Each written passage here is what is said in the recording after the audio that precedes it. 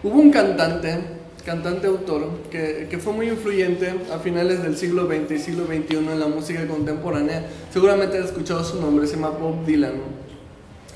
Y este hombre ganó un Grammy en 1979 por una canción muy interesante. Ganó un Grammy en el rubro de interpretación vocal masculina en rock. Y la canción se llamaba You Gotta Serve Somebody, que en español significa Tú tienes que servir a alguien.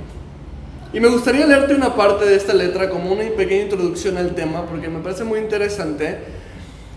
La letra decía de esta manera: puedes ser un embajador de Inglaterra o Francia, puede ser que te guste jugar o bailar, puedes ser un campeón de pesos pesados del mundo, o puedes ser un socialista con largas líneas de perlas, pero tú vas a tener que servir a alguien. Sin duda vas a tener que servir a alguien. Quizás sea el diablo o quizás sea el Señor, pero vas a tener que servir a alguien. No sé qué tan devoto era Bob Dylan. Sé que en algún tiempo tuvo una influencia fuerte en las escrituras, pero sea como sea, teológicamente esta canción es ad hoc, o sea, es correcta. La Biblia nos dice que tú todo el tiempo tienes que servir a alguien. Quizás te des cuenta o quizás no te des cuenta, pero todo el tiempo estás sirviendo a alguien. La Biblia nos dice que tú eres esclavo de algo o de alguien todo el tiempo. Y Pablo toca este tema en esta segunda parte del capítulo 6. Y es importante este tema en nuestra serie de Comprendiendo el Evangelio, porque finalmente queremos comprender el Evangelio de Jesucristo, las buenas nuevas. Y una parte muy importante de entender este plan de Dios en el Evangelio es abrir nuestros ojos a esta realidad espiritual. Puede que te des cuenta o puede que no, pero tú estás sirviendo siempre a alguien. Y al final de cuentas se resume dos bandos: ¿estás sirviendo a Dios o estás sirviendo al diablo? ¿Cómo me puedo dar cuenta a quién estoy sirviendo? O como lo pone Pablo en sus mismas palabras, ¿de quién soy esclavo? Vamos a ver 3 puntos el día de hoy. El punto número 1 es la obediencia, los versículos 15 al 18. Punto número 2, el conflicto, 19 al 21, la primera parte. Y punto número 3, el resultado, en los versículos 21 al 23. Y definitivamente el mensaje de Pablo aquí en Romanos sigue siendo bastante fuerte, pero es necesario hablar claro y directo si queremos dar a conocer pues el Evangelio tal cual como es. Hay momentos en los que simplemente Dios nos pide hablar, como diríamos coloquialmente, sin pelos en la lengua. Y pues la pregunta del estudio, y de hecho el título del estudio es: ¿sabes a quién sirves? Así que si ya estás en Romanos capítulo 6, acompáñame en el versículo 15, que continúa de la siguiente manera: ¿pecaremos porque no estamos bajo la ley, sino bajo la gracia? Pablo tiene que iniciar con esta pregunta para los creyentes. Su último estatuto, o lo último que había dicho en el versículo 14, si te acuerdas, se lo puedes leer ahí mismo en tu Biblia. El versículo que está antes de este dice: no estás bajo la ley, estás bajo la gracia. Y ahí decimos amén, gloria a Dios. Una frase gloriosa si comprendemos, como lo estudiamos el domingo pasado, que la gracia, lejos de ser un permiso para pecar, es un arma poderosa para que tú puedas vencer el pecado en tu vida. Pero Pablo sabe que va a haber gente que tome esta frase y quiera aprovecharse de ella, manipulándolo a su propia conveniencia. Pablo sabía que por un lado a lo mejor iban a haber legalistas que dirían: ¿en serio, Pablo? ¿Eso es lo que estás estudiando? ¿Estás enseñando? ¿Estás predicando que pueden hacer lo que quieran?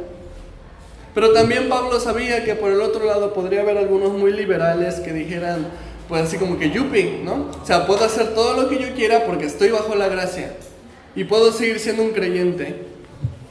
Entonces Pablo, tanto para un bando como para el otro, tiene que establecer un balance y dice, de ninguna manera.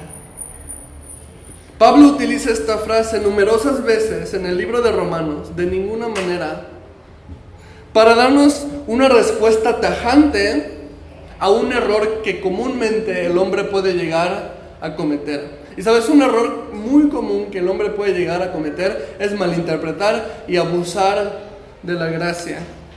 Es una manera en la que Pablo nos dice, ni se te ocurra.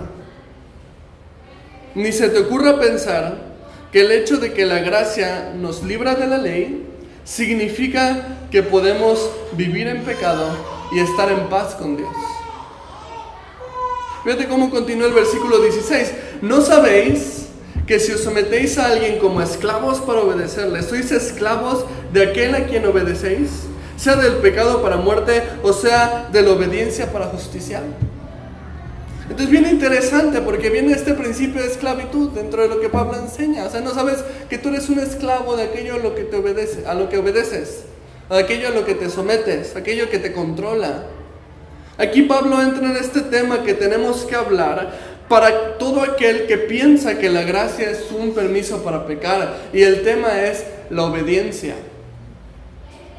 La obediencia va más allá de decir voy a hacer o no voy a hacer algo. La obediencia, dice Pablo, que es una cuestión de voy a ser siervo de lo que obedezco. La obediencia es una cuestión de pertenencia. Créeme que no estamos hablando de servir a Dios en la iglesia o de servir en un ministerio. No estoy hablando de esta clase de servicio. Estamos hablando de un servicio esclavitud. Ese es el contexto en el que está hablando Pablo. ¿A quién le pertenece tu vida? ¿De quién estás siendo esclavo? Antiguamente los judíos tenían la esclavitud como una solución para los problemas económicos. Si tú tenías problemas económicos, entonces tú podías decidir declararte en bancarrota y rentarte o venderte como esclavo. Entonces, si tenías muchas deudas que ya no podías pagar, entonces tú podías tomar la decisión por ti mismo de decir, bueno, pues para no seguirme endeudando, para no seguir viviendo en la pobreza, o para poder comer, tener un plato de comida caliente en mi mesa, entonces voy a ser esclavo. Entonces te ponías a la venta, por decirlo de alguna manera, y la persona que te compraba se convertía en tu amo, y entonces esa persona tenía la obligación de mantenerte, de alimentarte, de sustentarte, pero tú tenías la obligación de servir a esta persona. Era la manera en la que funcionaba la esclavitud para los judíos. Por 6 años ibas a servir a esa persona, y al 7º año esta persona te liberaba. Así funcionaba la esclavitud. La característica de un esclavo estaba en 2 cosas. 1, dependía de su amo, y 2, era obligado a obedecer a su amo. Por supuesto que Dios puso leyes para establecer límites y evitar el abuso dentro de la esclavitud. Eso lo puedes ver en el libro de Éxodo. No es el tema de hoy, no voy a profundizar en esto. Sin embargo, vemos estas 2 características. Un siervo depende de su amo, y un siervo también tiene la obligación de obedecer a su amo. Y Pablo toma este tema para demostrarnos que el creyente verdadero que se hace llamar siervo de Dios debería de buscar una obediencia absoluta a Dios y una dependencia absoluta de Dios. Si tú no buscas una obediencia a Dios, no puedes llamarte siervo de Dios. El problema es que si no puedes llamarte siervo de Dios, viene un problema. Entonces, ¿de quién eres siervo? Creer en Jesús debe llevarte a la obediencia a Jesús. Esto es lo que la fe verdadera hace. Si tu fe no te lleva a la obediencia, solamente te estás engañando. El problema va más allá todavía. Si no le estás obedeciendo a Dios, significa que no eres siervo de Dios, significa que estás obedeciendo a algo más y que eres esclavo de algo más. Y ese es un principio bíblico. Eres siervo de todo aquello que controle tu vida. Si tu vida es controlada por una adicción, eres esclavo de una adicción. Esta adicción se llama tu amo y tu dueño. Tú dependes de ella y le obedeces. Si tu vida es controlada por la ira se llama tu amo y señor. Tú dependes de ella y la obedeces. Si no eres capaz de controlar en tu vida la inmoralidad, entonces es tu dueña y eres su esclavo. Y dependes de ella y la obedeces. Ahora vamos a hablar en un lenguaje más nuestro. Hay quienes son esclavos de una televisión y depende de ella y la obedece. Hay quien es esclavo de ver fútbol y depende de ello, y si no lo ve se enoja y se molesta y se pone de malas y empieza a tratar mal a las personas. Hay quien es esclavo de Netflix, hay quien es esclavo de un teléfono celular, hay quien es esclavo de un videojuego. ¿Cómo me doy cuenta que he caído en una esclavitud de algo? Porque me he obsesionado con esto, porque empiezo a desarrollar cierta dependencia de esto para ser feliz o para estar de buen ánimo, y si no lo tengo, entonces me afecta. Ahí te das cuenta cuando algo ya te ha sujetado a ser esclavo. Me he obsesionado con estas cosas. Permito que estas cosas me quiten tiempo con mi familia. O más importante, permito que estas cosas me quiten el tiempo con Dios. Estoy siendo controlado por estas cosas, por estos hobbies, al grado que afectan mi relación con otros y con Dios. Todo aquello que te controla es tu dueño y tú eres su siervo y dependes de él y le obedeces. Y esto es lo que Satanás desea.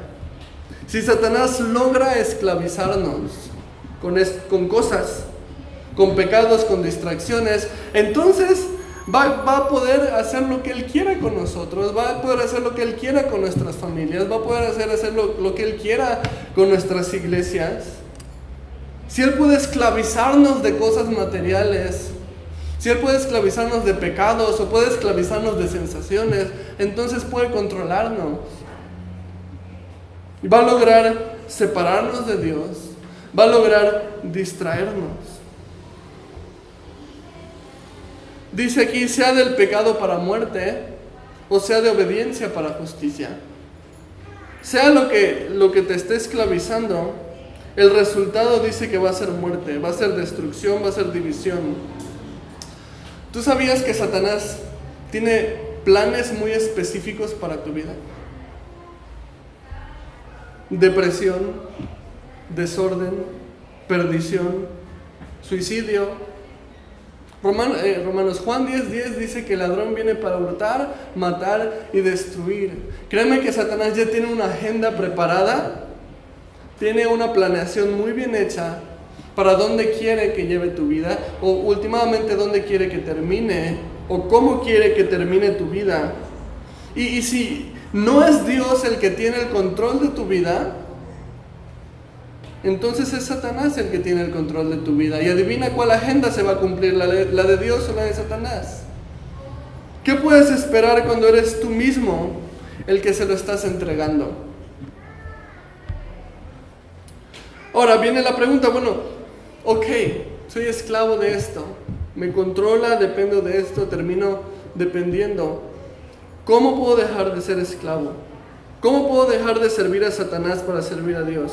¿Cómo puedo ser libre de este pecado o de esta adicción o de esta actitud destructiva para mí y para mi familia? Versículos 17 y 18, mira que continúa diciendo, pero gracias a Dios, y cuando dice gracias a Dios es que vienen buenas noticias, ¿ok? Pero gracias a Dios, que aunque erais esclavos del pecado, habéis obedecido de corazón a aquella forma de doctrina a la cual fuisteis entregados, y libertados del pecado vinisteis a ser siervos de la justicia. Entonces dice, gracias a Dios, las buenas noticias, dice, para los romanos, es que ellos habían decidido obedecer de corazón, o sea que ellos ya no estaban en esta esclavitud. Y sabes, la manera de arrebatarle el control de tu vida a Satanás, o la manera de arrancar el control de tu vida a aquellas cosas que te esclavizan, es decidiendo obedecer de corazón a Dios. Dice aquí, gracias a Dios, que aunque eres esclavo del pecado, habéis obedecido de corazón. Dejar de ser esclavo requiere tomar acción. No te sientas y esperas a que Dios haga todo el trabajo y te quedas sin hacer nada. Necesitas empezar a tomar acción, necesitas empezar a buscar de Dios primeramente de una manera constante. Dejar de tomar a Dios como algo ocasional y empezar a tomarlo en serio. Necesitas arrepentirte de tu pasada manera de vivir, comenzar una relación personal con Dios, proponerte obedecer a Dios. Y esta es la cosa en la que fallamos. No nos proponemos obedecer a Dios de una manera incondicional. No nos proponemos agradar a Dios en nuestra vida. Esperamos que eso suceda como por arte de magia. Y Jesús dijo que el que quiere seguirlo tiene que negarse a sí mismo, tomar su cruz todos los días y seguirlo. Entonces, si tú empiezas a tomar acción, empiezas a tomar en serio a Dios y proponer en tu corazón obedecerte a Dios, dice que entonces vas a poder ser liberado del pecado y vendrás a cambiar de dueño. Ya no serás, dice aquí, siervo de tu pecado ni del enemigo, sino que vendrás a ser siervo, dice, de la justicia. Es decir, siervo de Dios. Siervo de alguien que sí vale la pena servir. ¿Cuántas veces perdemos el tiempo sirviendo cosas que no valen la pena? Fíjate que dice 1 Juan, capítulo 3, versículos 7 y 8, y lo puse ahí en la Nueva Traducción Viviente, dice: queridos hijos, no dejen que nadie los engañe acerca de lo siguiente. Presta atención. Cuando una persona hace lo correcto, demuestra que es justa, así como Cristo es justo. Sin embargo, cuando alguien sigue pecando, demuestra que le pertenece al diablo. Entonces, el convertirte al cristianismo no es cambiar de religión. Tampoco es un cambio de pensamiento, un cambio de ideología. Es más bien un cambio de dueño. Si tú te vas a llamar cristiano es porque vas a dejar de servirte a ti mismo, servir otras cosas, que en realidad era servir al enemigo, y vas a estar dispuesto a servir a Dios, a obedecer a Dios. Antes dependías y eres esclavo de algo, de alguien, ahora dependes y eres siervo de Jesús. Y si no es así, entonces no es cristianismo. Puede ser fanatismo, puede ser legalismo, puede ser religiosidad, pero no es cristianismo verdadero. Cambiaste de religión, cambiaste de pensamiento, cambiaste de ideología, cambiaste de círculo social, pero no cambiaste de dueño, porque sigues esclavizado a lo mismo. Sigues esclavo del enemigo, pero lo que es peor es que tú crees que tú tienes el control de tu vida y realmente no. El control de tu vida es que está en manos de Satanás. ¿Qué significa todo esto? ¿Significa que si estoy batallando con el pecado entonces no soy salvo verdaderamente? ¿O significa que he vivido engañado toda mi vida? No, o no necesariamente. Todo creyente verdadero tiene que aceptar que sigue batallando con el pecado. Continuamos en un constante conflicto. Y ese es el punto número 2 de la enseñanza de hoy. El conflicto. Fíjate cómo continúa hablando Pablo acerca de esto. Versículo 19 dice: hablo como humano por vuestra humana debilidad, que así como para iniquidad presentasteis vuestros miembros para servir a la inmundicia y a la iniquidad, así ahora para la santificación presentad vuestros miembros para servir a la justicia. Fíjate cómo empieza Pablo diciendo: bueno, hablo como humano por vuestra humana debilidad. O sea, vamos a calmarnos. Tampoco me voy a poner en una posición en la que soy perfecto. Tenemos que ser sinceros. Tenemos que decir la verdad. Tengo que hablarles sinceramente, es lo que dice Pablo. Tengo que hablarles humanamente. No puedo ignorar ni pretender que los cristianos somos perfectos. Y que nunca pecamos. Porque eso sería una mentira. Predicar esto sería un cuento de hadas. Tenemos, dice aquí, una humana debilidad. Hay que tener cuidado, porque si bien por un lado tenemos que hablar sin pelos en la lengua en cuanto a la esclavitud del pecado, También tenemos que hablar sin pelos en la lengua acerca de nuestra tendencia a pecar y de lo cochino que sigue siendo nuestro corazón. Yo no soy perfecto, tú no eres perfecto. El apóstol Pablo no era perfecto. Todos somos pecadores y lo seguiremos siendo hasta que el Señor nos llame a su presencia. Y entonces dice 1 Juan 3:2 que lo veremos tal como es, lo veremos cara a cara, y entonces seremos semejante a Él, porque lo veremos tal como es. Pero mientras ese momento llega, el creyente tiene una batalla continua con el pecado. Si tú batallas con el pecado, no significa que eres esclavo del pecado necesariamente. Lo que marca la diferencia entonces entre alguien que es esclavo del pecado y alguien que simplemente batalla con el pecado es una pequeña y delgada línea que se llama santificación.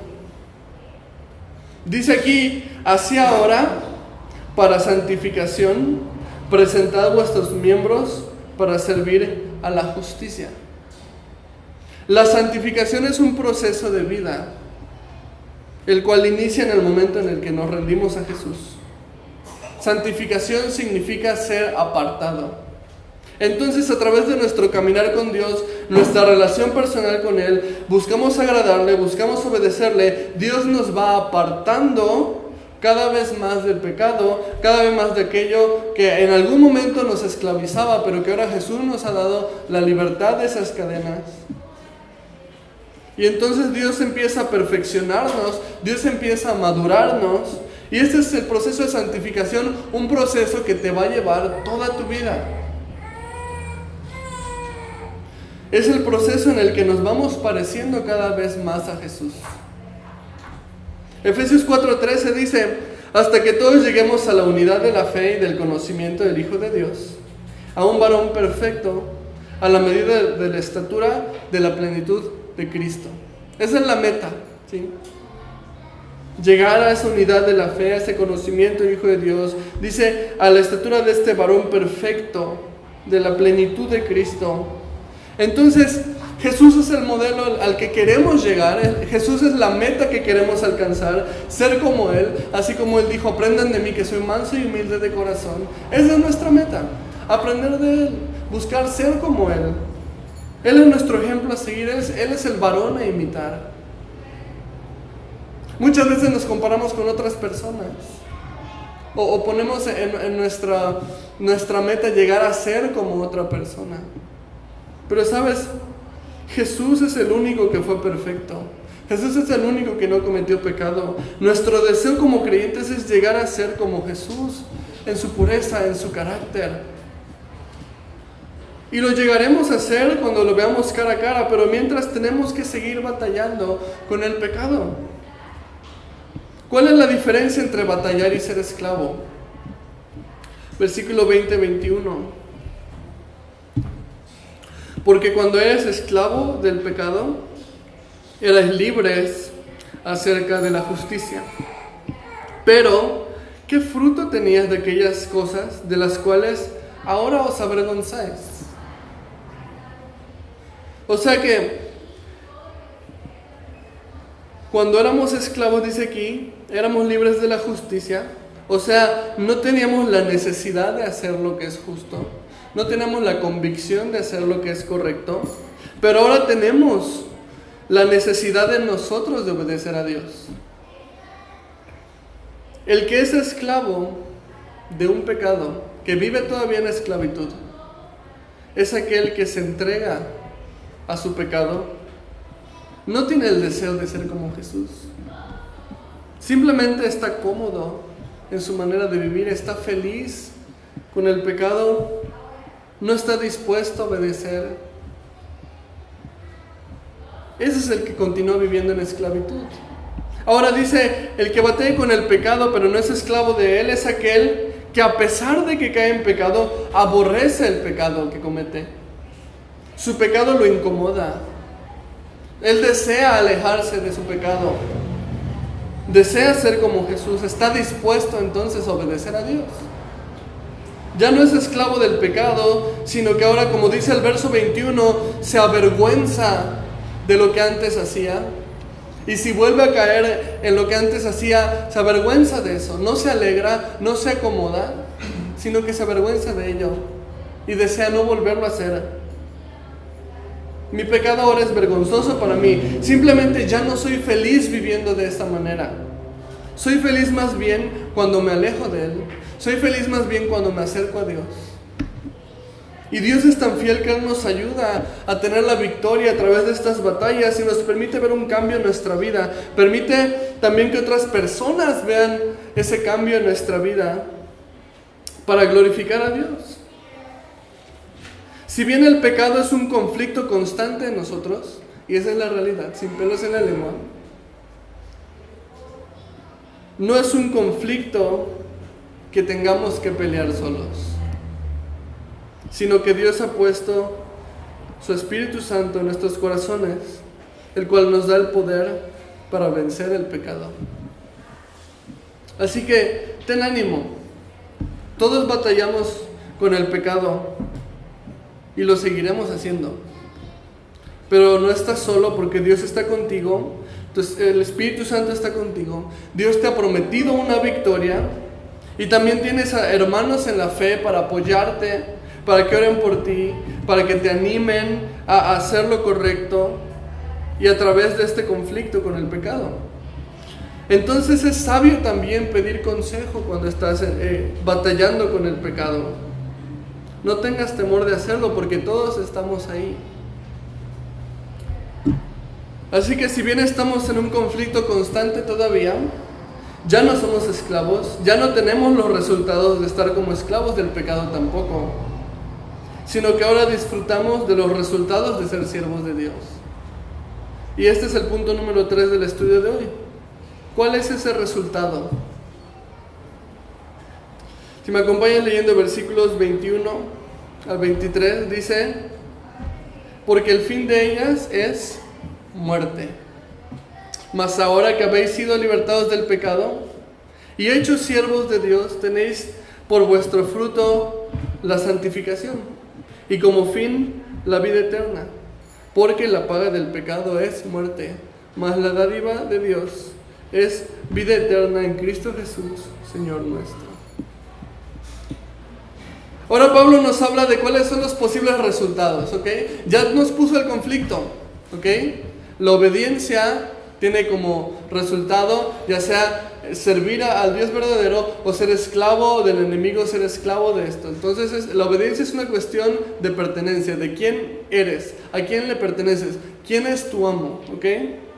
El que es esclavo del pecado sigue regocijándose en el pecado y no puede dejar ese pecado porque no está cerca de Dios.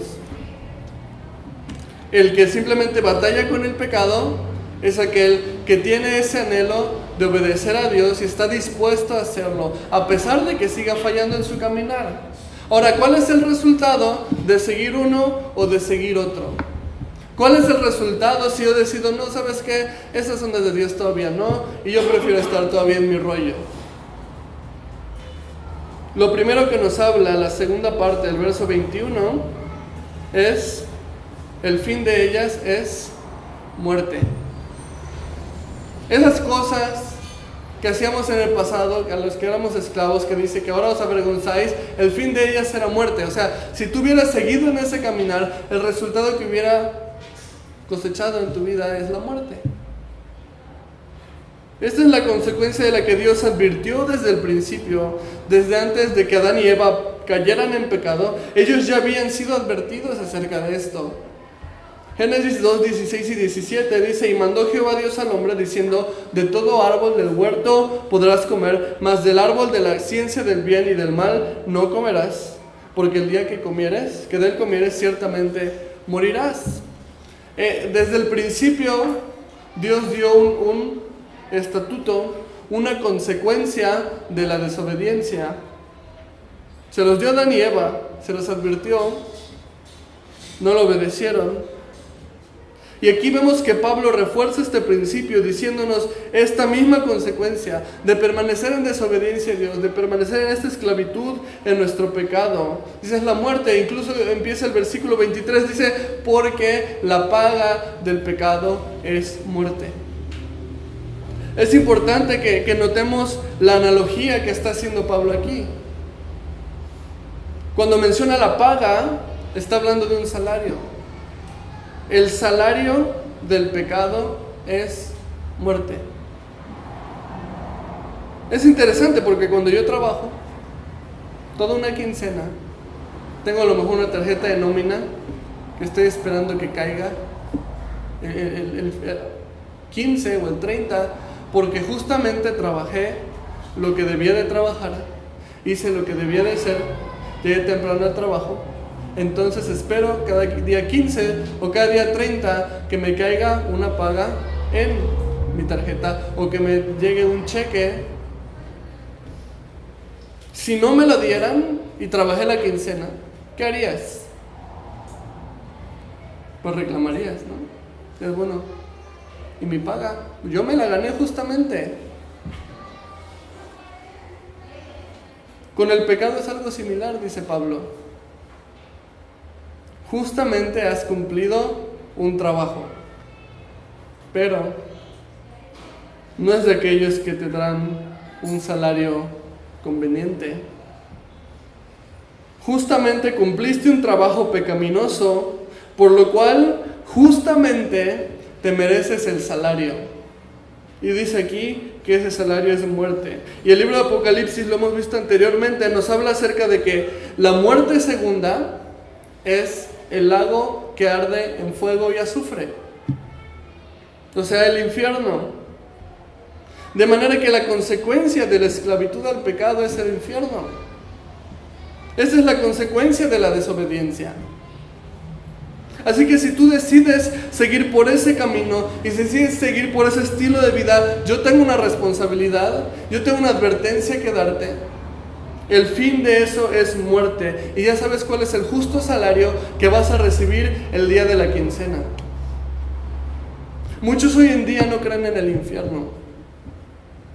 De hecho, muchos aseguran que el infierno lo vives aquí en la tierra. Son tus consecuencias, son las acciones que tú vives. La injusticia de la vida dicen que es el infierno. Pero la Biblia me dice que el infierno es un lugar donde hay constante lloro, crujir de dientes. Esa expresión crujir de dientes es terrible. Es decir, un dolor tan intenso que aprietas tanto los dientes que se revientan, que se cuartean. Dice que es un lugar donde el gusano nunca muere y donde la llama nunca se extingue. ¿Tú sabías que Jesús habló más del infierno que del cielo? Si tú cuentas cuántas veces Jesús habló acerca del infierno y cuántas veces habló del cielo, y vaya que habló bastante del cielo, te vas a dar cuenta que su predicación era más acerca del infierno. Y el motivo de eso es porque tenemos la advertencia, y yo tengo la responsabilidad, así como Jesús tenía la responsabilidad de advertirte de un lugar que es real, de un lugar que es terrible, de un lugar que es temible, de un lugar que es eterno. Un estado de continuo sufrimiento. Créeme que la tierra, si tú crees que el infierno es la tierra, créeme que tienes un infierno muy light. Y es mucho decir, porque en la tierra hay mucho sufrimiento, eso es cierto. Pero créeme que este sería, no sé, estar en Hawái, comparado con el infierno. Si tú crees que tu infierno es te vas a dar una sorpresa muy grande cuando llegues al verdadero. Muchos dicen que no existe el infierno porque un Dios bueno no mandaría a nadie al infierno. Pero la realidad es que Dios es bueno, así como también es justo. Y la Biblia nos dice que Dios es juez justo, ¿verdad? Y un juez justo, por muy bonachón que sea, no dejaría libre a un delincuente. ¿O cómo te sentirías que alguien te robe y lo denuncies y lo cachen a 2 cuadras y lo agarren y el juez le diga, bueno, ya está bien, no pasa nada, salte? ¿Cómo te sentirías? Bueno, pero me robó mi computadora. Tuve un flashback a mi pasado. ¿No? Pero ese nunca lo agarraron. ¿Cómo te sentirías? Dirías, ay, qué buen juez. No, es bueno. ¿Verdad que no? Por muy bueno que sea, no va a dejar libre un delincuente, precisamente porque es bueno. Alguien que es culpable tiene que recibir una consecuencia, una justa condena. De hecho, un juez que deja a un criminal en libertad nunca va a poder ser conocido como un juez bueno, sino como uno corrupto, malo e injusto. Así que sería ridículo decir, ay, Dios es bueno, me va a dejar pasar.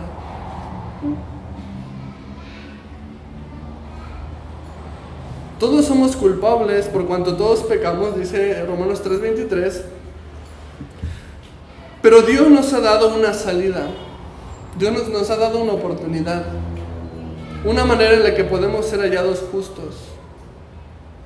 Porque la paga del pecado es muerte, más, y ese más lo amo en la Biblia, porque es un contraste, pero a pesar de esto dice, la dádiva, o sea, el regalo de Dios, es vida eterna en Jesucristo, en Cristo Jesús, Señor nuestro. O sea, Jesús vino al mundo para darnos otra oportunidad. Ya que nosotros nos habíamos ganado nuestro justo salario por el pecado cometido, y en el día de la quincena nos tocaba una justa paga, Jesús vino a este mundo para vivir el día de la quincena por ti, por decirlo de alguna manera. Porque Él sufrió el castigo que era para nosotros. Jesús vino a recibir el salario que nosotros nos habíamos ganado con nuestro trabajo pecaminoso. Vivió una vida perfecta. No hubo mancha, no hubo pecado en Él. Se echó la culpa por nuestros pecados para recibir nuestro salario, morir por nosotros en la cruz, porque la paga del pecado es muerte, y sí es verdad. Por eso Cristo tenía que morir por nosotros. Porque la paga del pecado es muerte. Y la paga de mi pecado y la paga de tu pecado resultó en muerte. Pero solamente que no mía, ni tampoco tuya, sino de Cristo. Y Él lo hizo porque te amaba. Él vino en día de quincena y dijo, dámelo a mí. Una vez que la muerte ya fue pagada, entonces nos toca recibir el regalo de la vida eterna. Porque Jesús pagó por tu pecado, sufrió por tu muerte. Lo único que pide es que tengas fe en Él, que deposites tu fe en Él. No se trata de vivir una vida perfecta, sino de proponerte en tu vida seguirlo, agradarlo, obedecerlo. No vas a ser perfecto, vas a fallar muchas veces, pero no vas a tener que recibir la quincena en el día de paga. Hemos visto a través de este estudio que nos hacemos esclavos de aquello que nos controla. Aquello que obedecemos, eso es nuestro amo, eso es nuestro Señor. Si es del enemigo, viviendo en el pecado, o es de Dios, batallando con el pecado, pero siguiendo a Cristo y buscando obedecer a Cristo. Dios no nos pide una vida perfecta, porque eso es imposible. Sin embargo, nos pide que busquemos agradarlo. Cuando fallamos, su gracia nos ayuda a recordar que podemos levantarnos. Es el propósito de la gracia. No dejar que peques todo lo que quieras, sino recordarte que si pecaste puedes levantarte. Recuerda que la diferencia entre el creyente y el no creyente, entre el esclavo y el siervo de Dios, no es que uno peque y el otro no. Ambos pecan, pero el esclavo se entrega al pecado y el creyente batalla contra el pecado, buscando obedecer a Dios. Si hoy te encuentras batallando con el pecado, ten ánimo, porque Dios está contigo. Busca agradar a Dios, busca obedecer a Dios. No desistas, no te rindas. Pero en cambio, a lo mejor estés aquí y digas, no, yo sigo esclavo del pecado. No te permitas entonces quedarte en ese estado. Arrepiéntete, ponte tu fe completa en Él, busca a Dios. Tienes que empezar a tener una relación personal con Dios, proponerte obedecerlo, agradarlo con tu vida. Solo Él puede darte el poder y la fuerza para vencer el pecado que te esclaviza. Acuérdate que el pecador no deja su pecado para acercarse a Dios, El pecador se acerca a Dios para dejar su pecado. Acuérdate del orden de las cosas. A lo mejor tu excusa para no acercarte a Dios muchos años ha sido, no, pues es que tengo que dejar eso, tengo que dejar el otro, tengo que dejar esta adicción, o tengo que dejar este pecado, o tengo que poner en orden mi casa o mi matrimonio para poderme acercar a Dios. Y si esa es la excusa, entonces estás al revés. Nunca vas a poder hacer eso porque Dios es el que te da el poder para hacer eso. Dios te dice, ven tal como eres y va a transformar tu vida. El hombre no puede cambiar al hombre, solo Dios puede cambiar al hombre. Tú no puedes transformar tu vida, solo Dios puede hacerlo. Así que no esperes a dejar el pecado para buscar a Dios. Mejor busca a Dios para dejar el pecado. Él es fiel. Él ha prometido que si Él inicia una obra, Él la va a terminar. Él no va a dejar obras a media. No tengas miedo de decir, bueno, voy a buscar a Dios, pero ¿qué tal que una semana y después ya no? No. Dios dice, la obra que empecé es la obra que voy a terminar. Y si tú te acercas hoy a Dios, Él va a terminar esa obra. Simplemente tienes que rendirte a Él. Tienes que estar dispuesto a obedecerle. Deja de ser esclavo y comienza a ser siervo del Señor.